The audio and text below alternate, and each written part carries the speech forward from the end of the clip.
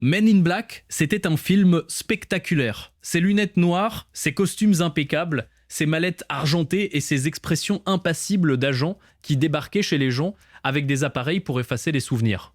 Sérieusement, cette comédie de science-fiction n'était pas qu'un succès commercial, c'était un véritable phénomène culturel. Chaque élément de cette production était fascinant et inoubliable. Mais au-delà de ces lunettes iconiques, de ces créatures extraterrestres au design improbable, et de ces scènes gravées dans notre mémoire, il existe tout un arsenal de secrets que même l'agent K emporterait dans sa tombe. Des décisions de casting que personne n'attendait aux situations les plus folles du tournage. Préparez-vous à vivre votre propre effacement de mémoire pendant qu'on explore 20 anecdotes insolites que vous ignoriez sur ce film. Numéro 20, la blague sur Elvis Presley était en réalité un indice. Vous vous souvenez quand l'agent K dit qu'Elvis n'est pas mort, qu'il est simplement rentré chez lui. Cette réplique a fait rire tout le monde, mais certains fans pensent que ce n'était pas qu'une blague. Ils y voient un indice énorme, brillant comme un soucoupe volante en plein jour, un œuf de Pâques planqué en pleine vue. Voilà ce qui est étrange. Dans les suites, l'idée que des célébrités soient des extraterrestres devient canonique. Toute une liste de personnalités célèbres est révélée comme étant des visiteurs spatiaux infiltrés. Peut-être que l'agent K ne plaisantait pas vraiment, peut-être qu'Elvis est vraiment reparti dans un rayon de lumière vers sa planète natale, ce qui expliquerait la combinaison blanche et ses déhanchés. Aucun humain ne pouvait bouger comme ça. Le réalisateur Barry Sonnenfeld a admis que la réplique était censée être drôle, mais mystérieuse. Il adorait l'idée de mêler les mythes de la vraie vie à la science-fiction. Et quel meilleur mythe qu'Elvis encore vivant, quelque part sur une plage, ou en train de faire du rock sur une lune en beurre de cacahuètes. Ça vous amène à vous demander quelles autres stars sont en réalité des extraterrestres déguisés. C'est pour ça que Céline Dion ne transpire jamais. Ou pourquoi Keanu Reeves a exactement le même visage depuis 30 ans. Stars terrestres ont été conçus pour sembler étrangement familiers. Vous avez déjà regardé un alien dans Men in Black en vous disant « Attends, j'ai déjà vu ce type à la préfecture ?» Ce n'était pas un hasard, l'équipe de conception voulait que les créatures semblent proches, mais en même temps profondément inquiétantes. Ils ont mélangé des traits très humains avec des caractéristiques exagérées. Un alien s'est inspiré du classique oncle ronchon des repas de famille. Un autre ressemblait à une bibliothécaire en train de fondre. C'était comme croiser de l'art conceptuel avec un repas de Noël gênant. Le département maquillage a travaillé à partir de photos de célébrités, de politiciens et même de professeurs pour construire des extraterrestres qui donnaient l'impression de pouvoir exister dans la vraie vie. Un alien particulièrement singulier, celui qui s'occupe du courrier, aurait été modelé d'après un vrai employé de la salle de courrier du studio. Une anecdote que certains créateurs ont racontée en interview. Un designer a même dit qu'il cherchait une étrangeté reconnaissable. Des êtres aussi bizarres que plausibles, des gens dont vous ne seriez pas surpris de les croiser devant vous à la caisse du supermarché avec des boîtes de pâté pour chat et du sirop contre la toux. Ce choix visuel ajoutait un message subtil au film. Les extraterrestres ne sont peut-être pas tous perdus dans l'espace, peut-être que certains sont déjà là, camouflés, au boulot et en train de payer leur loyer comme tout le monde. Alors, la prochaine fois que vous voyez quelqu'un avec des doigts bizarrement longs et des lunettes de soleil un peu trop suspectes, ne paniquez pas, souriez poliment et si vous pouvez jeter un coup d'œil discret pour voir s'il a une queue. Vous êtes peut-être à côté de quelqu'un qui a raté son permis de vaisseau spatial plus d'une fois. Numéro 18, la scène du cafard était réelle. Enfin, pas le cafard géant, lui, il était faux, à moins que quelqu'un n'ait pas nettoyé son garage depuis 20 ans. Mais la scène où l'insecte explose à la fin, toute cette saleté visqueuse qui recouvre Will Smith et Tommy Lee Jones, une partie était totalement réelle. Le liquide gluant était un glorieux mélange de flocons d'avoine, de gelée, de sirop et de quelques autres ingrédients qu'on préfère ne pas identifier. Ça ressemblait à ce qu'un alien aurait vomi après un petit déjeuner trop copieux. L'équipe des effets spéciaux s'est donnée à fond. Ils ont construit un énorme cafard animatronique de plus de 3 mètres de haut, avec des pattes articulées, une tête nerveuse et des yeux qui clignaient comme s'il en avait marre de la Terre. Quand ils le font exploser, ce désastre n'était pas généré par ordinateur, c'était des litres et des litres de substances visqueuses projetées sur les acteurs par des canons à pression. Tommy Lee Jones a reçu un tel impact de cette morve alien qu'il a failli quitter le plateau avant la fin. Will Smith, fidèle à lui-même, a juste rigolé en disant que ça sentait la salade pourrie. Ce final dégoûtant a fait applaudir les spectateurs en se tortillant sur leur siège en même temps. C'était poisseux, chaotique et impossible à oublier. Quant au nettoyage, disons que ça a pris bien plus de temps que toute la séquence du cafard. Les restes de tripes extraterrestres, ça ne se nettoie pas facilement. Numéro 17, Steven Spielberg était très impliqué. Quand Steven Spielberg s'implique dans un projet, vous savez que les choses vont devenir sérieuses ou sérieusement bizarres. Il ne s'est pas contenté de prêter son nom à Men in Black. Il était producteur exécutif, conseiller sur l'histoire, animateur officiel de l'ambiance, sur le tournage et probablement aussi le type qui apportait les encas sur le plateau. La patte du film portait ses empreintes partout, sauf sur les aliens eux-mêmes, parce qu'ils étaient déjà suffisamment collants. C'est lui qui a convaincu le studio d'engager Will Smith. Au départ, le studio voulait un acteur blanc. Spielberg a dit « Non, amenez-moi le prince de Bel-Air ». Et c'est ainsi qu'une page de l'histoire de la science-fiction s'est écrite. Il a aussi poussé pour plus d'humour et moins de noirceur. Le comique original était une histoire bien plus sombre et sinistre. Spielberg voulait quelque chose de plus léger, quelque chose que les enfants pourraient regarder sans finir en larmes dans leur popcorn. C'est lui qui a défini le ton qu'on retrouve à l'écran, une comédie de potes avec des cafards spatiaux et des têtes qui explosent. On dit même qu'il a suggéré des modifications dans le design des aliens en demandant qu'ils soient étranges mais attachants. Très Spielberg, comme le gentil-oncle de la science-fiction. Il s'assure toujours que les explosions soient drôles et que les monstres aient de la personnalité. Alors si vous avez ri en regardant Men in Black, vous devez probablement plus d'un éclat de rire à Spielberg. Numéro 16. La langue des aliens était réelle ou presque. Les extraterrestres de Men in Black ne faisaient pas que des bruits au hasard. Une partie de ces sons étranges s'appuyait sur de vraies langues et de vrais schémas de parole. L'équipe s'en a fait preuve de créativité en mélangeant des fragments de dialectes d'Europe de l'Est. Des cris d'animaux et même de l'allemand en accéléré pour construire une langue galactique qui sonnait comme si elle avait sa propre grammaire. Un des sons était issu d'un dindon qui glousse, joué à l'envers. Un autre naissait de la combinaison d'un mixeur avec quelqu'un éternuant dans un harmonica. Et si ça vous semble déjà bizarre, il y a un alien en arrière-plan qui, si vous l'écoutez au ralenti, prononce quelque chose comme « j'aime bien le flan ». Apparemment, ils sont aussi fans de dessert. Les acteurs ont dû répéter des scènes en interagissant avec ces bavards intergalactiques sans rire, ce qui était bien plus difficile qu'il n'y paraît. Imagine essayer de garder votre sérieux pendant qu'une créature à tête de limace babille comme un mixeur qui aurait avalé des billes. Le mieux dans tout ça, c'est qu'ils ont engagé des linguistes pour vérifier que ces baragouins aliens n'insultaient pas par inadvertance une vraie culture, parce que la dernière chose qu'on veuille, c'est vexer quelqu'un avec une langue inventée. Donc oui, ces aliens parlaient vraiment. Il manquait juste un traducteur spécialisé en argot de mixeur et en glougous spatiaux.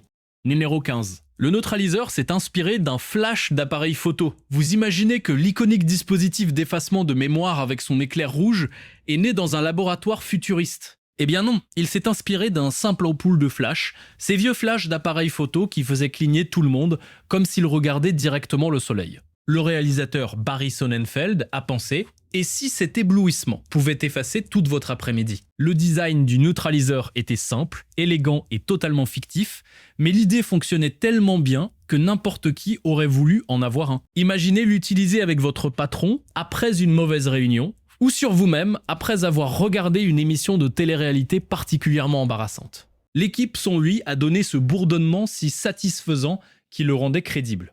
Mesdames et messieurs, regardez par ici, s'il vous plaît. Ajoutez une pointe lumineuse, un geste de poignet dramatique, et voilà, effacement instantané. Les acteurs ont même dû s'entraîner à le tenir pour que ça soit stylé à l'écran. Will Smith maîtrisait la rotation avec classe. Tommy Lee Jones, lui, visait et appuyait sur le bouton comme s'il réinitialisait un grille-pain. Le neutraliseur est devenu l'un des accessoires les plus reconnaissables de l'histoire du cinéma de science-fiction. Mi-gadget, mi-arme, mi-outil de rêve pour quiconque a dit quelque chose de gênant à une soirée. Dommage qu'il n'existe pas. Ou peut-être que si. Attendez, on parlait de quoi déjà ? À Starsieve numéro 14, Will Smith n'arrêtait pas d'oublier son texte. Et c'était la faute de Tommy. La raison ? Tommy Lee Jones. Tommy était tellement intense et sérieux pendant le tournage que Will perdait ses répliques en plein milieu d'une scène. Imaginez essayer de lancer une blague pendant qu'un cowboy à la tête de pierre vous regarde comme si vous veniez d'insulter son cheval. Ce n'était pas facile. Même pour Big Willie, Will lui-même a raconté en interview que la manière sèche et sans expression de parler de Tommy le déstabilisait complètement. C'était comme jouer en face d'un mur de briques qui grognait de temps en temps. Une seconde, il était censé être spirituel et décontracté. La seconde suivante, il bégayait comme s'il avait croisé son prof de maths au beau milieu de l'espace. Ils en sont venus à devoir reprendre des prises parce que Will riait ou restait à court d'idées. Tommy soupirait juste, croisait les bras et attendait, ce qui, bien sûr, rendait les choses encore pires. Qui a envie d'oublier son texte devant un vainqueur de l'Oscar de mauvaise humeur avec un neutraliseur dans la poche? Au final, Will s'est adapté. Il a appris à interpréter le regard glacial de Tommy comme un défi. Et franchement, cet inconfort rendait le film meilleur. La dynamique entre les deux sonnait authentique. Ils ressemblaient à une paire de flics, contraints de partager une voiture à travers toute la galaxie, avec zéro patience et plein de frictions drôles. Numéro 13, Tommy Lee Jones réécrivait ses répliques. Tommy Lee Jones n'est pas seulement ce type au froncement de sourcils permanent et à la passion pour faire exploser des aliens. C'est aussi un homme avec beaucoup d'opinions. Et pendant le tournage de Men in Black, ses opinions s'accompagnaient d'un stylo. Tommy a retouché plusieurs de ses répliques, non pas parce qu'elles étaient mauvaises, mais parce qu'il voulait qu'elles sonnent vraiment comme ce que l'agent K dirait. Imaginez le scénariste essayant de lui tenir tête. C'est Tommy Lee Jones. Il a la voix d'un proviseur déçu et le regard de quelqu'un qui sait où sont enterrés les secrets. Tout ce que vous pouvez faire, c'est acquiescer, lui tendre le script et partir en ayant l'impression de sortir d'une convocation chez le directeur. Certains des meilleurs moments pince sans rire du film viennent directement de ces retouches de Tommy. Il savait exactement à quel point l'humour de l'agent K devait être tranchant et sobre. Il a aussi supprimé tout ce qui sonnait trop dramatique ou trop fleuri. Si ce n'était pas concis, incisif et teinté d'ironie, ça dégageait. Le résultat, c'est une interprétation tellement sèche qu'elle pourrait faire des jaloux à un désert du Sahara. Il a transformé la mauvaise humeur en super pouvoir et le sarcasme en forme de justice. Alors, la prochaine fois que vous riez d'une des répliques cinglantes de K, pensez à remercier l'homme qui les a affilées. Numéro 12, le Carlin était une diva. Vous vous souvenez de la petite tête adorable de Franck le chien, son attitude ronchonne et son ego surdimensionné? Ce chien n'était pas un simple second rôle, c'était une diva à quatre pattes en pleine gloire. Interprété par un vrai Carlin répondant au nom de Muchou, Franck est devenu tellement populaire qu'il est devenu la mascotte poilue de la franchise. Mais en coulisses, Mouchou exigeait plus de prises que Will Smith et avait plus de soignants que Tommy Lee Jones. Le casting et l'équipe ont vite compris que travailler avec Mouchou signifiait s'adapter à Mouchou. Il n'obéissait aux ordres que quand ça lui chantait. Il pouvait aboyer sans raison, bâiller ou s'endormir en plein milieu d'une scène. Et il fallait le soudoyer avec des friandises comme une petite star de cinéma, avec son propre vestiaire, ce qu'il avait en réalité. Mouchou a été entraîné à bouger la bouche au rythme des dialogues grâce à du beurre de cacahuète et des tonnes de patience. Chaque scène avec lui prenait 3 fois plus de temps à tourner, mais personne ne s'en plaignait parce qu'il donnait toujours de l'or pur à l'écran. Sa chimie avec le reste du casting était tellement bonne que n'importe qui aurait cru qu'il avait un agent. Il est revenu pour la suite avec un rôle encore plus grand et selon certains encore plus de caractère. Mouchou le Carlin, une machine à voler les scènes emballées dans un manteau de poils. Numéro 11, les Verts sont arrivés à la dernière minute. Vous vous souvenez de ces types longilignes accros à la caféine qui ressemblaient à des vers avec des jambes? Ils ont failli ne jamais apparaître dans le film. Ils allaient être laissés sur le banc, comme cet ami qui arrive après le dessert et réclame quand même sa part. Le réalisateur Barry Sonnenfeld n'avait pas prévu de les inclure au départ, mais les projections test sont arrivées et le public voulait plus de rire, plus de chaos et évidemment plus de verres avec des cigarettes. On les a ajoutés lors des reshoots, quelqu'un a dû fabriquer des marionnettes de verre en urgence et leur écrire des dialogues comme si on faisait un casting pour une version spatiale de Friends. Et leur voix, pas des acteurs connus. Des membres de l'équipe sont des types qui pensaient peut-être s'en tenir à l'audio et qui se sont retrouvés convertis en légendes extraterrestres. Les Verts sont devenus une sensation inattendue. Ils ont tellement plu qu'ils sont réapparus dans toutes les suites et ont même eu leur propre merchandising. Essayez d'expliquer à votre grand-mère que votre personnage préféré est un ver à 4 bras en pantalon moulant qui enchaîne les expressos et les cigarettes. La leçon, ne sous-estimez jamais le pouvoir d'un ver spatial, sous caféine, pour voler la vedette. Ils sont arrivés en retard, mais ils se sont taillés une place dans l'histoire du cinéma. Astirce, numéro 10. La démarche du cafard s'est inspirée d'une petite fille. Yaten, vous pourriez penser que la terrifiante cucaracha extraterrestre qui habitait la peau d'Edgar marchait comme un crabe ivre grâce à un génie de la science-fiction. Mais non, cette allure voûtée et maladroite est née en observant une petite fille. Oui, une minuscule créature titubante, probablement couverte de jus de fruits. Vincent D'Onofrio, l'acteur qui jouait l'insecte à l'intérieur d'un corps humain, a eu la brillante idée d'étudier comment sa nièce se déplaçait dans la maison. Elle marchait comme si ses articulations étaient faites de spaghettis trop cuits et c'est devenu le modèle de mouvement pour Edgar le cafard. Il y a ajouté des gémissements, des craquements de dos et un surplus de claquements de genoux. Et voilà, un mouvement alien réussi. Donofrio s'est même bandé les genoux avec des bandes élastiques pour limiter sa mobilité et imiter ses déplacements articulaires étranges. Imaginez faire ça en plein été avec plus de 10 kilos de prothèses sur le dos, en hurlant pour qu'on vous apporte de l'eau sucrée. Cet homme méritait un trophée en forme de cafard. La contribution de cette petite fille est peut-être l'un des cas les plus injustes de conseil en mouvement non crédité de toute l'histoire du cinéma. Elle n'est pas apparue à l'écran, mais sa démarche chancelante vit pour toujours dans un vilain qui ressemble à un mannequin de friperie revenu à la vie. Alors la prochaine fois que vous voyez un enfant trébucher et rentrer dans un mur, souvenez-vous, cette énergie a un jour sauvé un film d'avoir des aliens qui marchaient de manière parfaitement ennuyeuse. Numéro 9, la fin originale a été mise à la corbeille.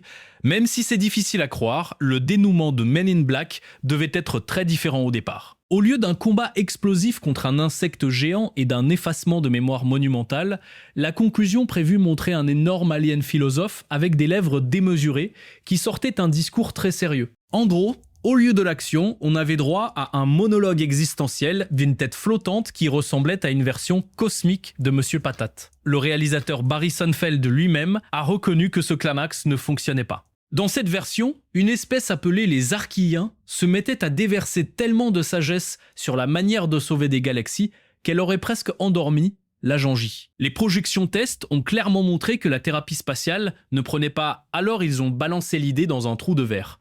Et c'est là qu'est arrivé le cafard. Pas n'importe quel intrus de salle de bain, mais une créature de la taille d'un immeuble qui utilisait Edgar comme costume en peau humaine. L'affrontement final s'est transformé en bataille pleine d'humour physique, de viscères explosants, de pirouettes pour esquiver des attaques et d'un grand boom final. D'un coup, les gens applaudissaient dans les cinémas au lieu de regarder leur montre. Ce changement a littéralement sauvé le film. Personne ne voulait écouter un discours cosmique de développement personnel. Ce que le public voulait, c'était de la bave, des rayons d'énergie et un héros tirant avec une arme de la taille d'une trompette sur les fesses d'un insecte géant. Parfois, sauver la galaxie ne passe pas par de grands discours, mais par faire exploser un cafard de l'espace. Numéro 8, Daniel DeVito a été envisagé pour le rôle de l'agent J. Ça sonne totalement absurde, n'est-ce pas? Mais oui. Le même Danny DeVito, qui s'est jadis retrouvé nu sur un canapé dans une série télé, figurait sur la liste pour interpréter G. Imaginez la scène. Un agent d'1,20 m à peine, avec des lunettes de soleil plus grandes que sa tête, poursuivant des extraterrestres tout en balançant des insultes avec un accent de banlieue parisienne. L'idée était réelle et circulait dans les premières conversations de casting. Ce n'était pas un délire internet. Selon le réalisateur Barry Sonnenfeld, le studio lançait son nom comme des confettis lors d'un défilé d'eau Venise. Il voulait une dynamique de comédie entre partenaires totalement improbables et rien ne crie duo mal assorti comme DeVito essayant de piloter un vaisseau spatial perché sur des coussins pour atteindre les pédales. Imaginez les répliques de Will Smith dans la bouche de Danny. Tu sais quelle est la différence entre toi et moi? Moi, je rends ce costume catastrophique avec style, ou DeVito tentant de draguer la médecin légiste alien. La scène se serait probablement terminée avec un tentacule en colère qui le fourre dans un casier. Finalement, DeVito ne s'est pas vu offrir le rôle. Peut-être que les armes aliens étaient trop hautes. Peut-être que le studio a compris que même les criminels interstellaires se seraient arrêtés pour rire. À la place, ils ont choisi Will Smith, qui a apporté charisme, assurance et des jambes suffisamment longues pour fuir un vaisseau spatial. Sans vouloir offenser Danny, mais dans cette histoire, on avait besoin de moins de pingouins et de plus de princes. Numéro 7. David Schwimmer était premier sur la liste pour l'agent J. Oui, je parle de Ross de Friends. Au lieu de courir après des sandwichs et de s'obséder avec les dinosaures, il aurait pu se retrouver à pourchasser des cafards spatiaux avec une arme futuriste. L'acteur qui a donné vie au paléontologue à la vie amoureuse la plus catastrophique de la télévision a reçu une offre officielle pour jouer J. Et il a décidé de la refuser. À ce moment-là, il était en train de réaliser un film indépendant et apparemment, il pensait que chasser des aliens risquait de nuire à son image de cinéma d'auteur. En plus, porter des lunettes noires la nuit et effacer des souvenirs, c'était peut-être trop grand un virage pour quelqu'un qui avait passé une décennie à vivre dans le même immeuble que Joey et compagnie. Juste pour le fun, imaginez cette version. Un agent J qui, au lieu d'interroger des vers spatiaux, leur demande si c'était une pause, qui hurle « mon sandwich », chaque fois qu'un extraterrestre lui vole son déjeuner dans le réfrigérateur de l'agence. La version Schwimmer aurait probablement comporté plus de crises d'angoisse et moins d'explosions. Heureusement, Will Smith est entré en scène, a traversé l'audition comme si c'était un plateau de rap et a décroché le rôle. Il a donné au personnage un aplomb, un charisme et un niveau de style qu'une version J par Schwimmer aurait eu du mal à atteindre sans trébucher sur ses propres lacets. Numéro 6, Clint Eastwood a été envisagé pour l'agent K. Prometheus avant que Tommy Lee Jones ne devienne le cowboy ronchon chasseur d'aliens du siècle. Le studio avait en tête un autre pistolero au regard plissé, Clint Eastwood. Oui, Harry Callaghan a failli troquer son Magnum 44 contre un neutraliseur. Le réalisateur Barry Sonnenfeld a même raconté que les producteurs pensaient que Clint apporterait une vibe très dégagée de ma galaxie. Imaginez juste cette voix murmurée « Vas-y, tente ta chance dans ma galaxie » en désintégrant un ver spatial. Le problème, Clint a lu le script et l'a laissé passer. Peut-être que c'était le carlin parlant, peut-être que c'était les tripes explosant. Ou peut-être qu'il a simplement trouvé que la retraite sonnait mieux que ce bagarre avec un calmar de l'espace en smoking. À cette époque, il approchait la fin de la soixantaine et préférait réaliser plutôt que poursuivre des aliens dans des égouts. Cela dit, c'est amusant de l'imaginer en train de froncer les sourcils dans la scène finale, tout en disant à son partenaire de garder la monnaie.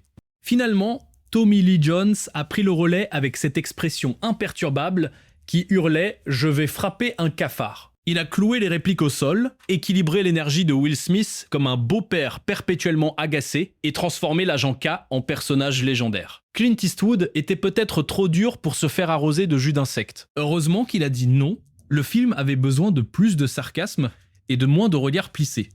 Numéro 5, Tommy Lee Jones détestait le cafard. En général, Tommy Lee Jones est connu pour jouer des types bougons, avec ce visage de pierre qui ne montre presque jamais d'émotion. Mais si vous vous souvenez de la façon dont il traitait les aliens dans Men in Black, en particulier Edgar le cafard, il y avait quelque chose de très réel là-dedans. Ce vilain insecte venu de l'espace lui était aussi détestable qu'une connexion internet lente. Edgar, interprété par Vincent D'Onofrio, était mi-animatronique, mi-maquillage et 100% matériau de cauchemar. Dans sa forme finale, c'était une marionnette géante remplie de bave, de pattes et d'yeux inquiétants. Chaque fois qu'elle apparaissait sur le plateau, Tommy se raidissait un peu et il a fini par dire à l'équipe « Je joue avec des humains, pas avec des insectes géants ». Et il le pensait vraiment. Dans la grande bataille finale, quand l'agent K est avalé par le monstre, Tommy, selon les témoignages, avait besoin d'un moment pour respirer profondément et se demandait mentalement pourquoi il avait accepté ce travail. La bave était collante, les mouvements du cafard étaient répugnants et l'odeur était, au minimum, douteuse. Il a tenu comme un professionnel, mais à chaque prise, il avait l'air d'un homme qui reconsidère toute sa carrière. Quand le tournage s'est terminé, quelqu'un a plaisanté en disant qu'il devrait ramener la marionnette chez lui. Il a répondu qu'il y mettrait le feu si elle s'approchait à moins d'1 mètre de sa voiture. Tommy Lee Jones est imbattable à l'écran, mais mettez-lui un cafard grand comme un canapé en face et il est à un cri de la retraite anticipée. Numéro 4. Men in Black était basé sur un comic bien plus sombre. Bien avant que Will Smith mette ses lunettes et transforme l'histoire en comédie, Men in Black était une bande dessinée sans le moindre humour. La série originale est parue au début des années 90, publiée par un petit éditeur appelé Hercel Comics, absorbée ensuite par Malibu Comics, puis par Marvel. Dans ces pages, les agents ne se contentaient pas de traquer des extraterrestres. Ils s'en prenaient aussi aux démons, aux vampires, aux voyageurs temporels et à tout ce qui pouvait vous causer des insomnies. C'était moins un duo comique et plus des exécuteurs froids à la morale très douteuse. Ils ne se limitaient pas à effacer des souvenirs. Dans certains cas, ils effaçaient des gens entiers sans laisser de traces. Quand Barry Sonnenfeld et Steven Spielberg ont découvert ce matériau, ils ont pris l'idée centrale, mais décidé de ne pas traumatiser tout le public. Ils ont simplifié le concept, éliminé la grande majorité de la noirceur, gardé seulement la partie extraterrestre, ajouté de l'humour, glissé Franck le chien dans le mélange, et c'est ainsi qu'est né un blockbuster familial. Pourtant, si vous regardez bien, vous pouvez sentir cette origine plus siniestre affleurer sous la surface. L'agent K garde ce côté silencieux et vide intérieur. Le cafard reste genuinement terrifiant. Et si la version comique était arrivée intacte sur grand écran, la classification par âge aurait été bien plus restrictive. Numéro 3, le maquillage prenait 6 heures par alien. Si vous trouvez que votre routine matinale est pénible, essayez d'être un extraterrestre sur Men in Black. Le temps moyen pour transformer un acteur en créature galactique oscillait entre 5 et 6 heures, avec une armée de maquilleurs collant des prothèses, peignant des couches de latex et ajustant chaque détail jusqu'à ce que le résultat semble tout droit sorti de la zone 51. Tout ça pour parfois quelques secondes à peine à l'écran. Rick Baker, le légendaire chef maquilleur, a conçu des dizaines de créatures différentes, certaines avec des tentacules qui clignaient, d'autres qui semblaient avoir perdu un combat contre un mixeur, et des acteurs contraints de porter des yeux animatroniques qui suivaient les gens dans les couloirs du plateau. Ce qui est impressionnant, c'est que presque tous ces effets étaient pratiques, pas générés par ordinateur. Ça signifiait que les interprètes ne pouvaient pas se gratter, éternuer ni transpirer librement pendant une bonne partie de la journée, et certains ont failli s'évanouir parce que leur costume en latex n'assurait presque aucune ventilation. Pendant les pauses, c'était courant de voir plusieurs aliens réunis dehors, buvant des smoothies avec des pailles coudées pour ne pas abîmer le maquillage. Le travail de l'équipe était tellement extrême que sans eux, Men in Black serait resté un film de gens avec un look légèrement bizarre, plutôt que ce défilé inoubliable de créatures qui a fini par définir le film. Numéro 2, Will Smith a failli dire non. Surprenant, non. Avant d'être l'agent J, Will Smith a bien failli devenir le type qui aurait refusé un phénomène mondial. Retournons un instant au milieu des années 90. Will venait de cartonner avec Independence Day et n'avait aucune envie d'enchaîner sur un autre film d'Alien. Sa logique, trop d'espace, pas assez de variété. Quand Barry Sonnenfeld lui a proposé le rôle, Will a répondu par un peut-être plein de doutes. Il était prêt à décliner jusqu'à ce que sa femme, Jada Pinkett Smith, fasse ce que certains partenaires font le mieux, lui dire qu'il était fou. Elle a lu le script et lui a dit, en substance, qu'il ferait mieux d'enfiler ce costume noir avant que quelqu'un d'autre ne le fasse. Will hésitait encore. Alors Steven Spielberg est entré en scène et a dû le convaincre en personne. Sa façon d'arranger les choses consistait essentiellement à lui rappeler qui était Steven Spielberg. Ça a suffi, d'un coup, Will était totalement partant. Des années plus tard, il reconnaîtrait que sans l'insistance de Spielberg, il aurait probablement laissé passer le rôle le plus élégant de sa carrière. Dans un univers parallèle, un autre acteur aurait porté ses lunettes et lâché des vannes à un chien parlant. Avec des noms comme Danny DeVito qui circulaient sur les listes, on peut juste remercier Jada et le destin d'être intervenu à temps. Men in Black sans Will Smith, en agent J, ça aurait été un tout autre film. Numéro 1. De vrais agents gouvernementaux ont visité le plateau. Men in Black a été tourné en 1996 et sorti en 1997 sous la direction de Barry Sonnenfeld, qui ne s'était probablement pas inscrit en pensant recevoir un bonus de paranoïa avec sa comédie de science-fiction. Le film, c'était des aliens, des effacements de mémoire et des chiens qui parlent jusqu'à ce que les choses deviennent vraiment bizarres. Imaginez de vrais agents gouvernementaux débarquer sur le plateau pour une visite surprise. Ce n'était pas du jeu d'acteur, ni une scène de plus. Au lieu de réclamer à manger, à boire, des autographes ou une photo avec les stars, ces types se baladaient juste avec une attitude de on sait tout, et puis disparaissaient comme vos souvenirs après un coup de neutraliseur. Certains membres de l'équipe racontent n'avoir jamais vu de badge. L'un d'eux jurait avoir croisé le regard de l'un d'eux et avoir instantanément oublié en quelle année on était. Un autre disait que son sandwich avait goût de surveillance après qu'il soit passé à côté de lui. Personne n'a jamais pu expliquer pourquoi ils étaient là, ni ce qu'ils cherchaient. Spielberg ne les avait pas appelés. Tommy Lee Jones ne les reconnaissait pas. Will Smith a plaisanté en disant que s'ils étaient là pour dénicher des talents, ils avaient besoin de cours d'acting. Même le Carlin a grogné. La visite était tellement mystérieuse que le casting a commencé à dire qu'ils étaient peut-être là pour s'assurer que le film ne révélait pas trop de vérité. S'ils cherchaient à passer inaperçus, ils ont échoué pire qu'Edgar en essayant de porter de la peau humaine. Si vous avez aimé cette vidéo, laissez un like, partagez-la et abonnez-vous à la chaîne pour ne rater aucune autre histoire cachée du cinéma. Dites-nous en commentaire quel autre film vous aimeriez qu'on décortique avec ses secrets les mieux gardés.